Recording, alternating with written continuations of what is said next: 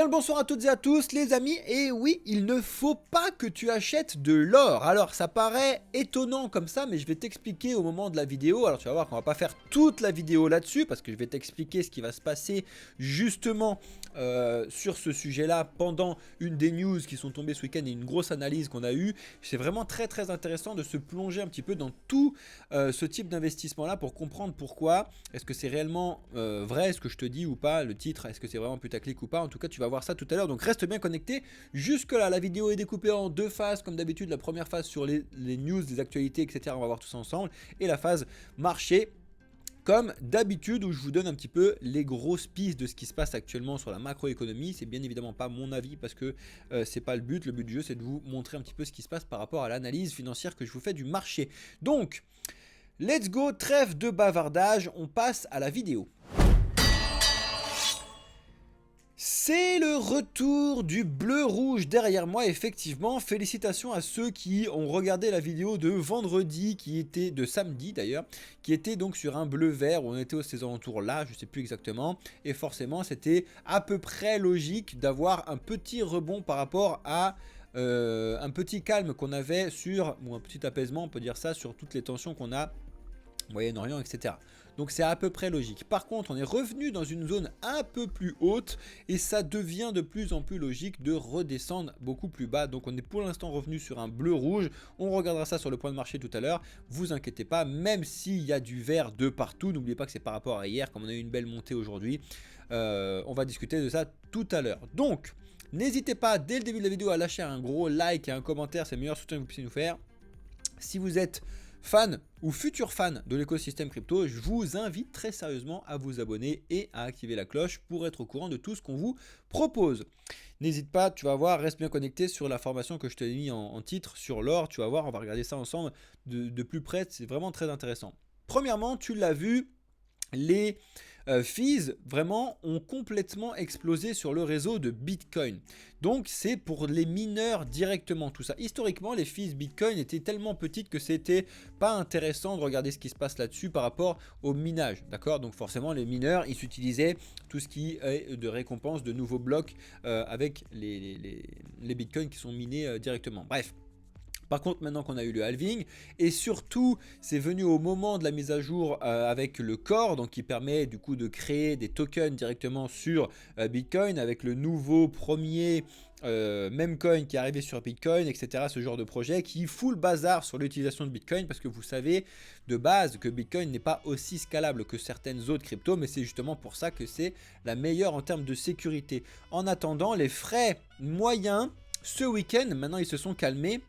Heureusement, aujourd'hui ils se sont calmés, mais c'était aux alentours des 100 balles, c'était historiquement très haut, et du coup on a eu des fees de 800 000 $ qui sont tombés quand même sur ces derniers jours, juste à cause du fait que ce soit un réseau complètement congestionné. Donc ça a revenu à peu près à la normale, et c'est bien normal, plus ou moins grâce au halving, j'aime bien ce même, très bien foutu. On continue, et vous savez qu'on a eu, enfin vous savez ou vous savez pas forcément, on a Z Casino qui est donc un projet qui est plus ou moins suivi, hein, quasiment 100 000 followers sur Twitter, qui a eu un gros problème de perte de 30 millions de $, et il y en a beaucoup qui ont tagué ZachXBT. Vous savez que ZachXBT c'est un des enquêteurs de la blockchain, et il a expliqué, les gars, il a dit, les gars, concrètement, arrêtez de m'emmerder avec de rechercher des choses sur ce projet. Je vous ai déjà dit que c'était de la merde l'année dernière, je vois pas pourquoi ça aurait changé cette année. C'est exactement ce qu'il a expliqué, et il est revenu sur son thread qu'il avait fait du coup le 2 décembre 2023 en expliquant que c'était un problème ce truc là, et du coup forcément big bazar dessus, et c'est quand même des projets qui font vraiment du bruit, hein. Quand on a eu le 20 avril le truc a fait plus de 1,1 million de reach, c'est quand même énormissime, d'accord? Donc voilà, en tout cas les projets de casino, je pense que ce type de truc, il va y avoir beaucoup d'arnaques, mais par contre c'est quand même un type de projet qui fera beaucoup de bruit normalement, comme les casinos bien évidemment, hein, par touche, ou alors la FDJ ou ce genre de truc, forcément ça fera beaucoup de bruit comme d'habitude. En ce moment, c'est une tendance qu'on voit de plus en plus, et ça j'adore, ça me flingue de rire, mais c'est les Américains, vous savez, qui sont comme ça. Vous le savez, la banque centrale américaine, la Fed, de base, et comme toutes les autres banques centrales, ont été créées avec un des objectifs principaux, si ce n'est l'objectif principal, de faire en sorte qu'il y ait une inflation entre 1 et 2%. Déjà, depuis un certain temps, on parlait de le ramener à 2%, et maintenant, ils se rendent compte que c'est tellement la merde que l'idéal et l'objectif serait plutôt de les ramener à 3%. Ça me flingue, en fait, c'est eux, ils font les lois, et en même temps, ils disent, bon allez, ça, on n'y arrivera pas, donc on va rester à 3%.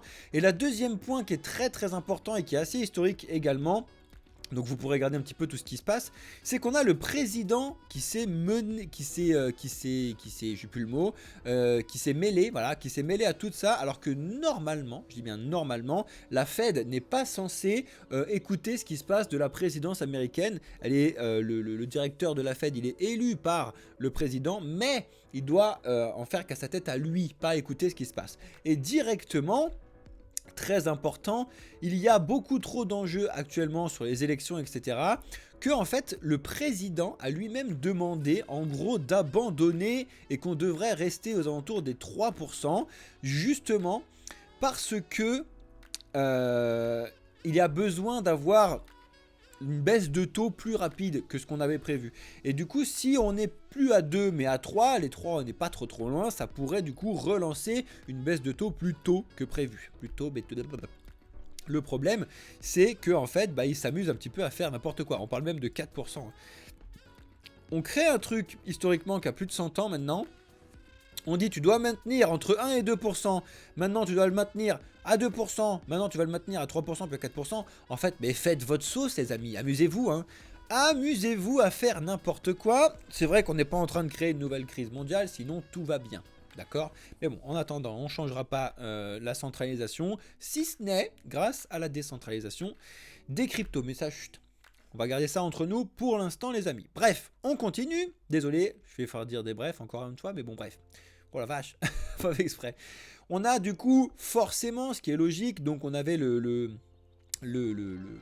total de hash qui faisait que de monter sur Bitcoin, donc qui faisait aussi monter la difficulté, mais qui fait monter du coup le nombre de personnes qui sont connectées sur le réseau Bitcoin et qui participent du coup au minage de Bitcoin, qui a fait que de monter, et forcément depuis le halving, on a une petite baisse. D'accord? C'est très normal, c'est très sain, et du coup la question se pose, est-ce que les mineurs de Bitcoin ne seraient pas en train de s'orienter plutôt vers les projets d'intelligence artificielle?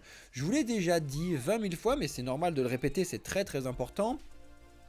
Actuellement, il y a beaucoup trop de projets d'intelligence artificielle qu'il y a de technologies pour pouvoir participer à ce qui est prévu dans les projets d'intelligence artificielle. Je vous rappelle que l'intelligence artificielle ne peut fonctionner que si on a énormément de puissance de calcul, donc donnée par des GPU entre autres, donc des cartes graphiques, d'accord, qui fait de la puissance de calcul. Actuellement, et ça a été déjà mesuré plusieurs fois et je vous en ai déjà parlé, il y a beaucoup trop de projets d'intelligence artificielle, et quand je vous dis des projets, c'est réellement le cas, voilà, qui prédisent un petit peu la Lune. En gros, voilà, on va faire ça, vous allez voir, c'est génial, on va faire ça, ça va être génial. Sauf que s'ils n'ont pas la puissance de calcul pour le faire, eh ben ça va pas être génial. On ne pourra pas le faire. Donc c'est pour ça que je vous ai dit qu'il y a une bulle très certainement dans l'intelligence artificielle, parce qu'en fait il y a un moment où on va se rendre compte qu'ils annoncent des roadmaps et des projets et des trucs, alors pas forcément que crypto, hein, et ils annoncent des implémentations, pardon, etc. Ça fonctionnera pas, parce que pour l'instant il n'y a pas assez de puissance, et il n'y aura pas assez de puissance aussi rapidement que ce qu'ils veulent. C'est à dire que là il faut bien les fabriquer ces GPU, puis les utiliser, etc. Donc ça va prendre un petit peu plus de temps. En tout cas, peut-être que pour faire accélérer ces trucs-là, certains mineurs pourraient justement aller plutôt sur ces projets d'intelligence artificielle qui vont les payer, bien évidemment, en contrepartie de leur balancer de la puissance de calcul. On verra bien, mais en tout cas, c'est quelque chose qui est vraiment à surveiller par rapport à tout ça. Vous savez que si vous avez de la puissance de calcul, vous avez quand même beaucoup de solutions à faire. Donc c'est pour ça que le minage, c'est encore l'une des meilleures façons de faire de l'investissement, comme d'habitude. Alors, encore une fois lié au fees, regarde un petit peu, les revenus des mineurs ont jamais été aussi hauts. Ça a complètement explosé, c'est ce que je te disais tout à l'heure. C'est à cause du projet de Rune, la mise en place donc de ce qui s'est passé que je vous ai déjà expliqué. Regardez mes dernières vidéos si vous voulez de l'aide. En tout cas, historiquement, on n'est jamais allé aussi haut. Alors, on l'a toujours vu, c'est-à-dire qu'à chaque fois qu'il y a eu un bull run, même si 2021, entre guillemets, était un poil mieux géré que 2017, là, on en a aussi beaucoup eu. il y a forcément une conjonction sur le réseau Bitcoin. Bitcoin, on le sait que sa lacune, c'est la scalabilité, qui est en train d'essayer d'être améliorée avec potentiellement des solutions de layer 2, etc. Mais on le sait que c'est quand même un problème qui est bien connu. Par contre, ils essayent de pas trop bouger parce que la sécurité, elle est au poil et la décentralisation est incroyable, d'accord ? C'est pour ça qu'après, en termes de scalabilité, on a les projets comme Litecoin, on a les projets comme Bitcoin Cash, etc., etc. Mais Bitcoin est toujours le boss et il fonctionne comme ça pour l'instant. Même si là, je vous l'ai déjà dit, on est revenu, pas encore à la normale, mais on redescend. La normale, on n'y est pas encore du tout, mais bon, ça arrive. Ça, c'est assez étonnant, mais on a certains investisseurs liés à FTX et à SBF qui lui proposent directement d'abandonner et d'annuler leurs poursuites. Pourquoi ? Forcément, personne n'abandonne des poursuites juste comme ça, hein, parce qu'ils demandent des remboursements et des trucs. Là, certains lui disent, donc c'est des groupes d'investisseurs, de clients qui se sont prêts à abandonner, etc., en l'échange de la coopération de ce dernier. Tiens, l'idée, c'est donc de proposer un accord qui permettrait à SBF d'avoir ses charges baissées, et en contrepartie, c'est ça qui est intéressant, l'ancien PDG devra accepter de fournir des informations au sujet des personnalités ayant accepté de faire la promotion de l'exchange de crypto. Il va y avoir des gens qui vont tomber. Ça c'est clair. Ça c'est clair. Ils vont faire toc toc. T'as parlé un petit peu trop d'FTX toi. Paf, ça dégage. Hop, bonne journée. Ça va vraiment tomber. Ça va arriver parce que c'est comme ça. Qu'est-ce que je te dis ? En tout cas, ça me flingue de rire, comme d'habitude. On a Tim Draper, donc il vous a fait une superbe vidéo ici, si jamais vous voulez regarder, avec beaucoup de spéculations sur Bitcoin qui t'explique que Bitcoin va atteindre 250 000 et 1 million de dollars et il t'explique comment. Alors c'est vrai, mais ce sera sur la durée, bien évidemment, ça va pas être la prochaine. Hein. Et en fait, il expliquait comment ça va se passer, je vous le donne en mille, je vous donne la meilleure façon et la seule façon que ça puisse se faire, qui est réelle. Alors là, je sors la boule de cristal, vous allez voir, c'est exactement comme ça que ça va se passer. C'est pas une blague, là, pour le coup, c'est vraiment pas une blague, je suis très sérieux. La seule façon d'amener Bitcoin à 1 million, voire plus que ça, c'est exactement ce qu'il nous dit, c'est adoption, adoption, adoption.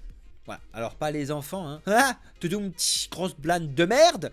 Non, c'est adoption. Quand il y a des gens qui adoptent Bitcoin, forcément, vu qu'il n'y aura pas assez de supply pour pouvoir donner à tout le monde, le prix va faire que de monter. Donc c'est réel. Par contre, comme ça ne l'a pas été mis directement par comment elle s'appelle, j'ai plus son nom, bref, qui nous prédit 1 million voire 1,5 million d'ici fin 2004. Non, ça arrivera, mais ça va prendre beaucoup plus de temps, d'accord, bien évidemment. Et pour tout ce qui est analyse sur ça, je vais t'expliquer justement le titre de la vidéo avec Laure tout à l'heure. Bouge pas.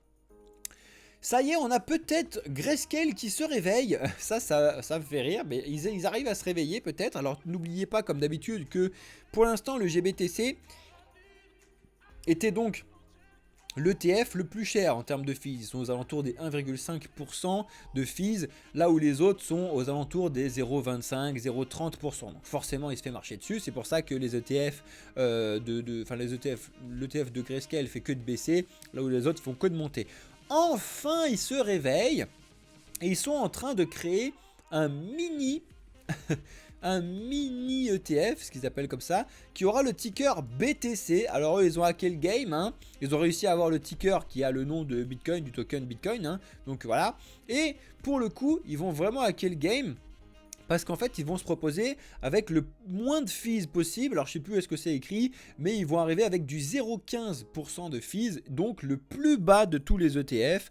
Effectivement, ils ont tellement eu de sorties de Bitcoin que forcément, ils essaient de trouver des solutions pour pouvoir retourner un petit peu dans le vert sur cette partie-là. Donc là, vraiment, c'est le document officiel de la SEC. Vous pouvez aller jeter un œil si vous voulez, mais tout ce que je viens de vous dire, c'est en gros le résumé de ce qu'il y a là-dedans. Donc, ne vous embêtez pas non plus. On a la sortie du Trésor Safe 3 qui vient d'arriver, qui a été lancé. Franchement, ça mérite de regarder un petit peu ce qui se passe dessus. Vous savez qu'il y a eu beaucoup de polémiques sur Trésor, mais de toute façon, tous les hardware wallets ont eu des polémiques, hein, surtout les plus gros. Hein. Ledger, Trésor, ils ont fait des polémiques. Après, il y en a certains, les petits, là, tout le monde s'en fout, donc il n'y a pas eu de polémique. Mais du coup, là, on a une grosse mise à jour. Les nouveaux arrivent. Franchement, ça mérite votre attention de regarder un petit peu ce qui se passe. C'est surtout le prix qui est intéressant parce que autant la plateforme, etc., bon, oui, pourquoi pas de regarder un petit peu ce qui se passe, mais c'est surtout le prix et du coup les différentes cryptos qui sont capables d'être lues via cette clé, entre guillemets, qui est intéressant de regarder. Après, niveau sécurité aussi, mais normalement, c'est à peu près bien géré ce truc-là, quand même. Il explique. En plus, c'est devenu open source, c'est cité de partout. Bref, bref, bref. On a le Shiba Inu qui nous a annoncé deux dingueries, je vous en ai mis qu'une seule, la deuxième c'est qu'ils ont vendu un token à je sais plus qui mais on s'en fout en même temps. En tout cas ils ont levé 12 millions de dollars pour créer un layer 3 basé sur l'anonymat. J'en connais déjà dans les abonnés et dans les membres premium chez Blockchain Capital que ça pourrait potentiellement intéresser même si c'est un projet Shiba. Parce que il y a quelques abonnés qui sont dans les membres premium, et félicitations à vous, qui sont intéressés sur les projets d'anonymat. Alors il y en a plusieurs, hein. Les plus gros c'est bien évidemment le Monero et le Zcash, et après tu en as certains plus petits comme le Secret de Cosmos, qui sont des projets qui sont plus ou moins intéressants. Affaire à suivre, on va regarder un petit peu ce qu'ils vont proposer avec ce fameux Layer 3. Du coup c'est le token Threat là, enfin non c'est même pas Threat, c'est Tweet qui va arriver, bref. On regardera tout ça ensemble comme d'habitude. Ils ont levé 12 millions de dollars pour pouvoir le développer, le faire et le mettre en place. Affaire à suivre. On a deux annonces chez Binance. La première c'est celle-là, la deuxième je vous l'ai mis à la fin de la vidéo parce que c'est vraiment aussi important. Première annonce, c'est que apparemment, alors là c'est apparemment mais en même temps on compte les jours, le procès de CZ devrait bien se passer pour lui, c'est-à-dire qu'il ne devrait pas prendre trop cher, du moins c'est en tout cas ce qui se passe et les rumeurs qu'on a actuellement. Alors ça se trouve, hein, c'est des rumeurs, ça se trouve il va prendre trop cher, il va prendre comme CSBF, paf, des années de prison. En tout cas on verra et on vous suivra tout ça en direct comme d'habitude. C'est quand même un des procès très important, très médiatisé qu'il va falloir suivre cette année dans l'écosystème crypto, qu'il ne faudra surtout pas louper. Alors je ne sais pas si vous connaissez ce prix, mais c'est un prix qui est donné à chaque halving, c'est le Finey Freedom Prize. Donc c'est un prix qui est donné, qui est la récompense de 1 Bitcoin à celui ou celle ou au projet qui a le plus participé au développement de Bitcoin. Alors c'est forcément en l'hommage de Hal Finney, donc Hal Finney qui est l'un des premiers développeurs de Bitcoin, si ce n'est certains pensent d'ailleurs que c'est lui, Satoshi Nakamoto, hein, qui est malheureusement décédé en 2014, donc on ne le saura jamais, à moins qu'il ait... Bon bref, on s'en fout, mais du coup, il y en a beaucoup qui t'expliquent que très certainement ce serait lui, Satoshi Nakamoto. Je vous ai déjà dit que potentiellement je vous ferai une vidéo sur un petit peu toutes les rumeurs qui tournent au sujet de qui est Satoshi Nakamoto. Ça peut être vraiment très intéressant, mais il y en a vraiment qui sont persuadés que c'était lui, et que du coup personne ne pourra jamais le rencontrer parce qu'il est décédé. Bref, en tout cas c'est un prix qui est donné à celui qui a le plus participé sur le réseau Bitcoin, entre guillemets, enfin à l'élaboration et à l'adoption de Bitcoin, un Bitcoin, et du coup ça c'est fait à chaque halving. C'est un prix qui a été décerné et qui est en train d'être décerné actuellement parce que le halving vient d'avoir lieu. Ça y est, on arrive vers la fin des news, et pour la news qui me semble être vraiment très intéressante, parce que je t'ai mis ça en titre, n'achetez surtout pas d'or. Ils ont mis le même titre, hein. Enfin c'est plutôt moi qui ai mis le même titre qu'eux, on va pas se le cacher.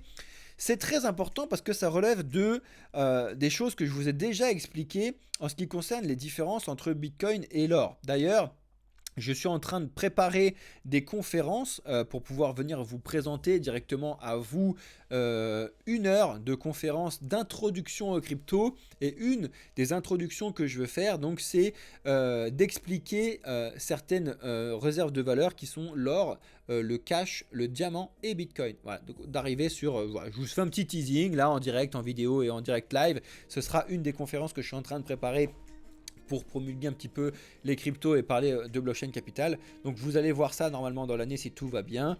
En tout cas voilà, l'idée c'est un petit peu de tirer certaines informations sur tous les points que je peux retrouver de partout. Et là par exemple déjà, tu as beaucoup de comparaisons avec l'or, entre Bitcoin et l'or. Tout le temps Bitcoin est donné comme l'or numérique, etc., etc. Déjà, il y a pas mal de choses, d'accord? Le Bitcoin est absolument limité, ça on le sait, premièrement, 21 millions et point barre, alors que l'or, il est que relativement rare, d'accord? Tu as même une explication, on a su extrapoler des chiffres qui donnent réellement la quantité d'or qu'il y a sur la planète et qu'on se reprend avec des météorites et ce genre de trucs. Alors c'est vrai des calculs et qui te montrent qu'il y en a vraiment une chier de l'or, il y en a vraiment beaucoup. Alors oui, après on va mettre beaucoup de temps à l'extraire, à le comprendre, à comprendre où est-ce que c'est, à le trier, ça coûte de l'argent, blablabla. Bla, bla, bla. L'avantage quand même de l'or, c'est que l'inflation est bornée. C'est pour ça que c'était génial quand on avait les billets et tout ça qui était basé sur l'or. Mais bon, les accords de Bretton Woods, ils ont pris l'or comme ça, ils ont fait paf, allez, ça c'est de la merde, on veut se faire plus d'argent que cette inflation. Grosse connerie selon moi, selon beaucoup d'économistes d'ailleurs, mais bon bref, c'est pas le sujet. L'or était génial, mais ça n'est plus le cas actuellement parce que de toute façon, on ne peut plus revenir à un système comme on l'avait avant parce qu'on a trop fait n'importe quoi. Donc, pour l'instant, il faut faire la comparaison et essayer de trouver de meilleures solutions potentiellement. D'accord ? Bitcoin serait potentiellement mis comme l'or numérique. Bitcoin et la volatilité, c'est quand même le gros problème entre guillemets qu'on a sur Bitcoin par rapport à l'or. Effectivement, quand tu regardes l'or, ça monte plus ou moins gentiment, c'est à peu près carré, mais c'est aussi quand même très centralisé l'or. Faut pas oublier que les gens l'oublient beaucoup, mais qui détient à fond de l'or, si ce n'est, j'ai plus le pourcentage exact, donc j'ai pas envie de dire de conneries, mais je vous les dirai comme d'habitude sur Discord, ou si vous les avez, mettez-les-moi en commentaire, mais on a un pourcentage énorme des banques centrales qui détiennent de l'or, surtout la Chine et aussi la Russie qui achètent beaucoup d'or sur les marchés pour les mettre dans leur poche, et en général c'est des mouvements qui sont faits avant des crises pour justifier de pouvoir remettre de l'argent sur le marché après de revendre. Bref, il faut connaître un petit peu l'histoire. En attendant, vous avez une réelle analyse qui a été faite là-dessus, les facteurs qui agissent sur Bitcoin, donc c'est le rôle de la demande bien évidemment, la géopolitique malheureusement ou heureusement, on le voit actuellement, ça joue énormément sur Bitcoin, ça joue sur l'information, ça joue sur l'économie en général, La géopolitique est vraiment une notion qui est beaucoup trop négligée, alors que c'est très très important. Les halvings, bien évidemment, ils jouent bien évidemment au-dessus, on l'a bien vu, là on est au 4e halving.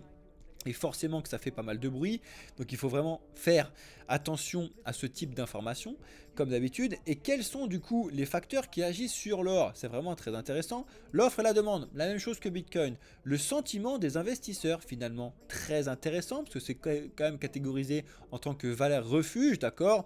Et du coup, c'est censé être un impact opposé au marché traditionnel, alors que là actuellement on voit que c'est quand même complètement corrélé. Les marchés traditionnels ont fait que de monter et l'or aussi, alors que c'est un petit peu rare ce type d'information comme on le voit. Les taux d'intérêt et l'inflation jouent plus ou moins directement aussi sur le cours de l'or, forcément, parce que c'est une valeur refuge, donc les gens vont plus avoir tendance à aller sur l'or, qui est potentiellement plus intéressant et plus rentable quand on a des taux qui sont beaucoup plus hauts, parce que du coup les placements sont beaucoup plus compliqués, l'immobilier, etc. Le taux de change aussi joue énormément, tu vois, c'est quand même pas mal de choses qui bougent par rapport à Bitcoin, et du coup qui sont beaucoup plus centralisé, bien évidemment avec les banques centrales, l'industrie, etc. Et après, tu as une analyse sur le fait qu'il n'y ait que 21 millions de bitcoins, la divisibilité, les halvings, etc. Acheter donc le résultat des courses, acheter du bitcoin et pas de l'or. Alors, il n'y a absolument aucun conseil nulle part dans tout ce que je vous explique, c'est juste une analyse simple et efficace de ce qui se passe dessus. Par contre, il y a toujours les mêmes, plus ou moins, problèmes de sécurité, si ce n'est qu'il y en a un qui est informatique et l'autre qui est réel. C'est-à-dire que actuellement, si je te donne un lingot d'or, à mon avis, tu vas te chier dessus pour le garder chez toi. Parce que si quelqu'un sait que tu as un lingot d'or chez toi, c'est terminé l'ami. D'accord? Tout le monde va te retourner ta baraque. La même chose que si quelqu'un sait que tu as un bitcoin, par exemple, on sait comment ça fonctionne, etc. La différence, c'est que tu vas pouvoir sécuriser beaucoup mieux ton bitcoin que ton or. D'ailleurs, c'est pour ça que ça fonctionne bien. D'ailleurs, de ne pas détenir l'or qu'on achète et de l'avoir en sécurisé autre part. Dans des systèmes de banque, de Volt, etc. Donc il y a des solutions un petit peu de partout, mais il faut que vous vous formiez sur la compréhension de tout ça. C'est toujours vraiment très très très important. Et regardez cet article-là. Et du coup, là, la question que je vous pose à tous ceux qui sont arrivés au moment de la vidéo ici, quel est votre avis sur le sujet? Ça m'intéresse. Dites-moi si vous êtes pour l'or et que vous achetez de l'or, ou si plutôt vous êtes pour Bitcoin et que vous achetez du Bitcoin, ou si plutôt vous êtes justement sur un mélange des deux et que vous achetez plus ou moins à 50-50 ou à 40-60, etc. Dites-moi tout ça en commentaire. Je pense que c'est vraiment très intéressant. et qu'on peut s'auto-apporter sur l'étude du sujet. Bien évidemment, c'est un sujet un peu putaclic que je vous ai mis en vidéo dans le titre, mais c'est quand même assez important parce que c'est un réel changement technologique qu'on a eu depuis quelques années maintenant, mais qui se confirme. Plus on avance, plus ça se confirme de la part de Bitcoin. D'accord? Pas de hack décentralisé, et c'est vraiment très intéressant, et c'est quand même pas mal de valeurs qu'on recherche aussi quand on achète de l'or. Donc ça mérite votre attention, je pense. Désolé, j'ai passé un petit peu de temps, mais c'était important. On a la fameuse promesse de Robert F. Kennedy Jr. qui explique que tout le budget américain serait mis sur la blockchain si jamais il était président. Alors, il n'y a pas de demi-mesure aux États-Unis, hein. C'est toujours un truc, c'est voilà, bah, c'est où rien du tout, les cryptos ça dégage, on met de la sécurité, on met de la réglementation à fond. Ou alors, tu as lui qui a dit, bon, tu sais quoi, on va foutre tout le budget sur des créations de blockchain, accompagner l'écosystème crypto et tout. Ça me flingue. Il faut essayer de trouver un petit peu des milieux à tout ce truc-là, sachant qu'on ne peut pas créer d'adoption massive d'un coup. Il faut y aller petit à petit, il faut faire de l'éducation, ça prend le temps, ça prend des décennies, ça prendra le temps que ça prendra. En attendant, si vous voulez savoir un petit peu ce qu'il a dit directement, je vous mets les liens comme d'habitude dans notre Discord, dans la partie actualité, dans la partie information. La deuxième information que je voulais vous donner sur Binance, c'est que on a eu un update, une mise à jour de la taille du trading spot sur certaines paires, donc il va être mis à jour le 29 pour toutes, mais du coup en gros on a le FET qui arrive avec FET BNB, FET BTC, FET partout là, tu vas pouvoir rentrer beaucoup plus facilement. Avant il fallait que tu en aies au moins un, maintenant c'est 0,1. Pareil sur le Solana où c'est vraiment devenu beaucoup plus petit, etc. On en a sur certains le TIA, etc. Vous pouvez regarder un petit peu les différentes mises à jour qu'il y a dessus. Le but du jeu ici, c'est de... ça me flingue, mais c'est comme ça. Ils veulent attirer de plus en plus de gens à trader chez eux, même les petits, parce qu'ils savent très bien que plus il y a de gens qui tradent, plus ils prennent des fees, plus ils se font de la thune. Quand même un petit point malsain derrière, comme d'habitude. En attendant, c'est comme ça. De toute façon, on connaît et on attend la décision du FET qui doit passer en ASI d'ici 2 semaines. Donc on regardera ça en temps, mais on vous tiendra au courant comme d'habitude. On va finir avec cette information que je vous demande de regarder de très très près, et en général, allez vous abonner à la chaîne de ZachXBT, c'est important. Parce que seulement un mois après avoir passé lui-même 12 projets de pré-sale de Memcoin sur Solana, un mois après seulement, ces projets-là ont été complètement abandonnés alors qu'ils avaient levé sur ces 12 projets 26,7 millions de dollars.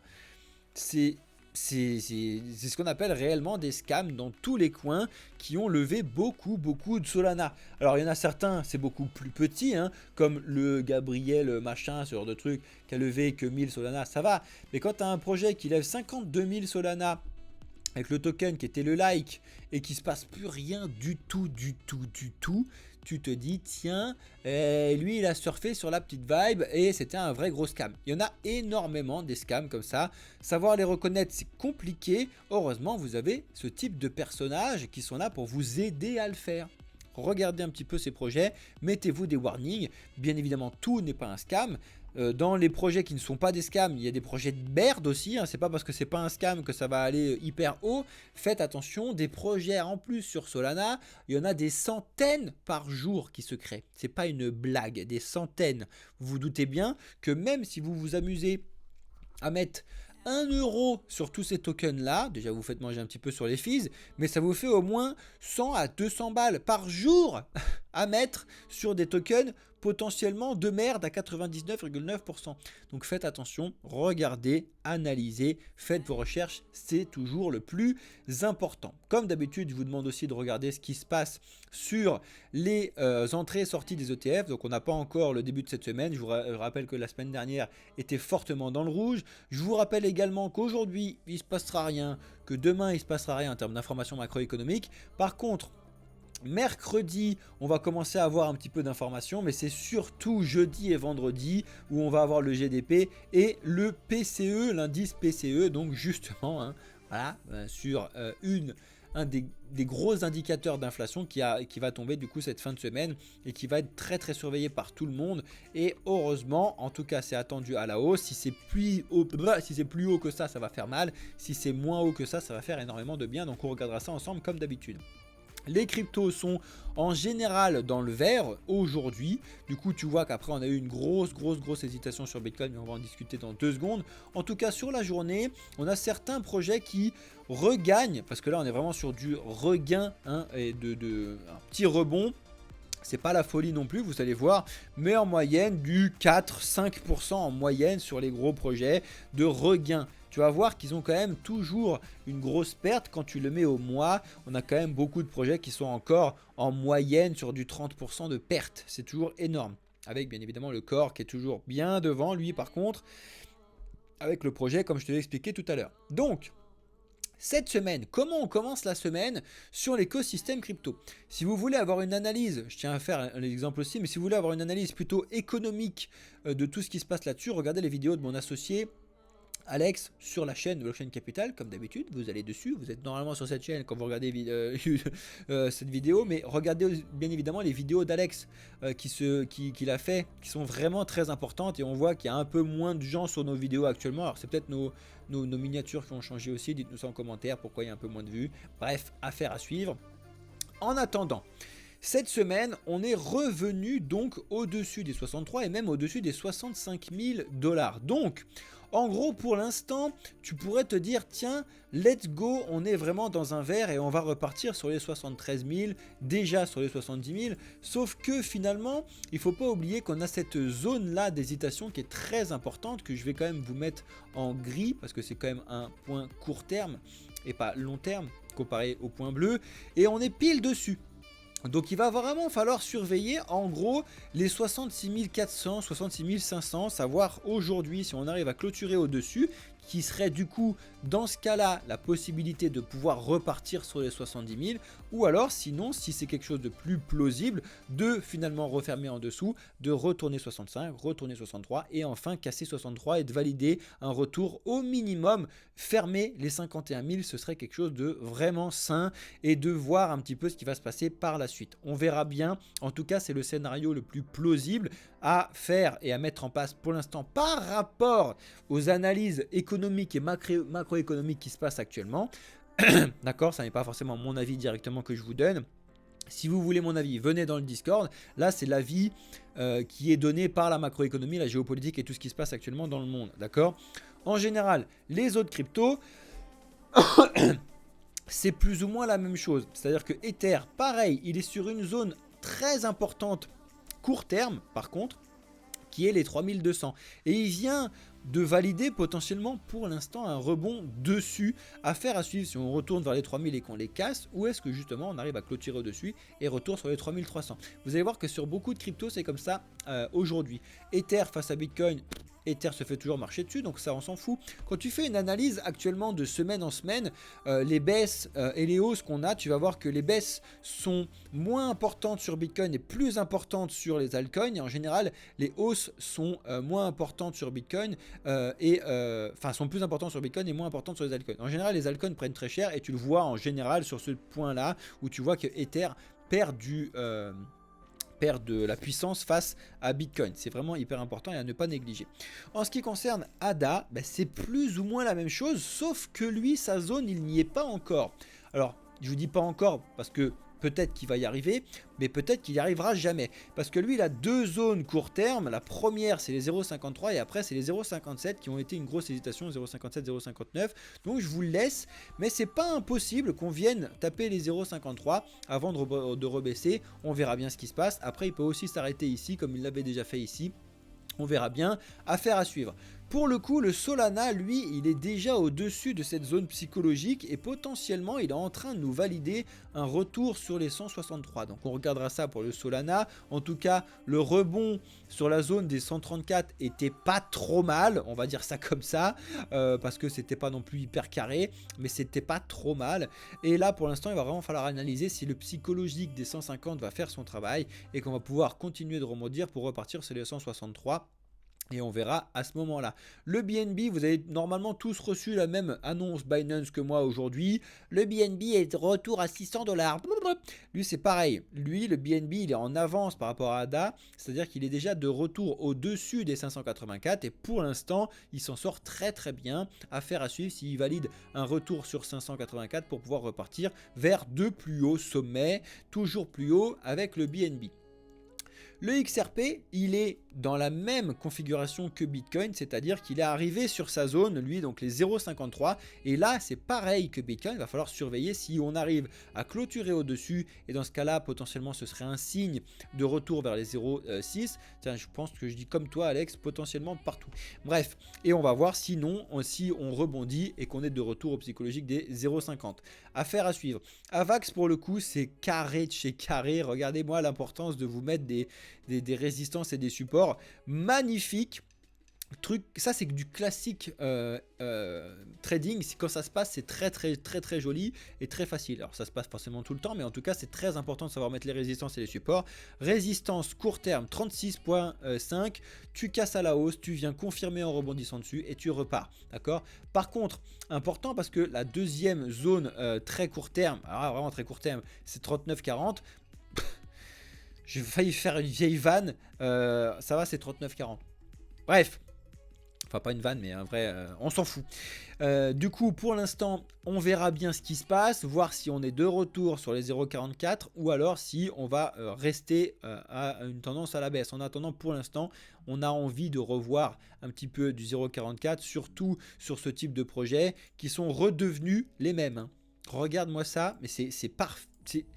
Parfait, on peut pas faire mieux que ça, c'est parfait. Regarde, Avalanche, Polkadot, ils ont de retour sur exactement le même graphique, d'accord? C'est vraiment propre. Atom, un peu moins, mais c'est quand même très propre également, qui est en train de valider un retour au-dessus des 8.5. Est-ce qu'il va retourner sur les 9.7, etc. On va regarder ça ensemble comme d'habitude. En tout cas, pour l'instant, c'est le scénario sur ces points-là, sauf si Bitcoin repart à la baisse, comme je vous l'ai dit tout à l'heure.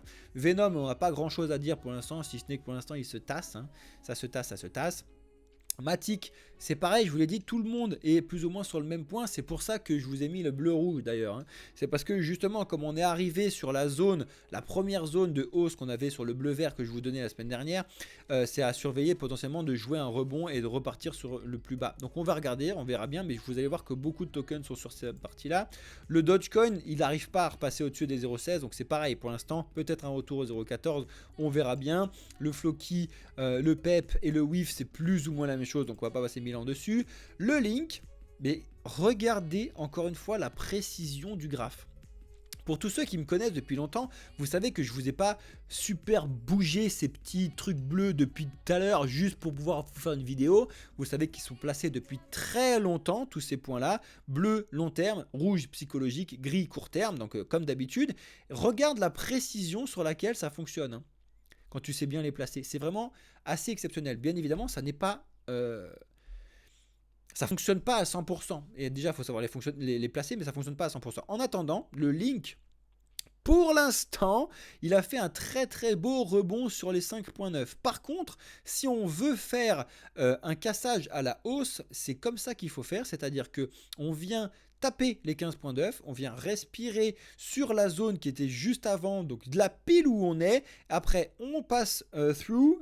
à travers, on rebondit et on repart. Pour l'instant, ce serait quelque chose qui serait très joli de voir si on va à la hausse, mais comme je vous l'ai dit, c'est pas aussi impossible on utilise ça en rebond et on est de retour sur les 12.8, voire plus bas sur certains points, on verra bien. Donc, affaire à suivre pour l'instant sur un bleu rouge. Donc, c'est pas de panique, c'est pas du rouge, hein, c'est pas non plus un truc où ça va faire. En tout cas, tant qu'on n'a pas d'annonce macroéconomique ou politique qui pourrait foutre le bazar. Le Jupiter, pour l'instant, ça va à peu près bien, mais c'est pareil, la zone il est plus ou moins dessus, si ce n'est qu'il est quand même passé au-dessus pour l'instant, donc on verra bien. Mais la zone court terme, elle est du coup un petit peu en dessous, aux alentours des 1.14. Donc pour l'instant, on est vraiment un peu au-dessus, potentiellement à valider de repartir. On verra bien, on vous tiendra au courant comme d'habitude. Le fait, c'est la même chose. Ça me flingue tellement c'est propre. Mais c'est vraiment la même chose. Pour l'instant, il s'est passé au-dessus. Si on arrive à confirmer une hausse, ça pourrait repartir. Donc vraiment, le bleu rouge que je vous ai mis, c'est plus sur la partie Bitcoin, mais et sur certains altcoins. T'en as certains qui sont déjà dans des configurations entre guillemets haussières. Donc on verra bien s'ils arrivent à tenir, mais pour l'instant, affaire à suivre, sachant qu'on attend toujours ce qui va se passer sur la réunion du fait du AGX et du Ocean. On verra bien ça comme d'habitude. En ce qui concerne Ether.fi, on a regagné un petit peu donc sur le restacking, très intéressant. Et ENA qui est reparti un petit peu à la hausse également. Mince, c'était le call que j'attendais depuis tout à l'heure qui m'appelle pendant que je suis en plein live. J'adore la vie. Bref. Voilà un petit peu ce que je voulais vous expliquer sur les news, sur l'or et sur les marchés. Merci à tous ceux qui ont regardé la vidéo en entier, vous êtes les boss, donc félicitations à vous. Je vais rester en live avec ceux qui sont sur TikTok et sur Twitch, donc ne partez pas les amis. En attendant, ceux qui sont sur YouTube, j'espère que vous êtes bien abonnés, j'espère que vous avez bien mis un commentaire et bien votre like comme d'habitude. Regardez un petit peu ce qu'on vous fait. N'oubliez pas qu'on a notre e-book gratuit qui est sorti. D'éducation de base sur l'écosystème crypto. On a notre site internet toujours, on a tout ça comme d'habitude dans la description. Bienvenue dans le futur à vous les amis, je vous laisse là, c'était Cryptéo pour la société Blockchain Capital. Ciao à tous ceux qui sont sur YouTube.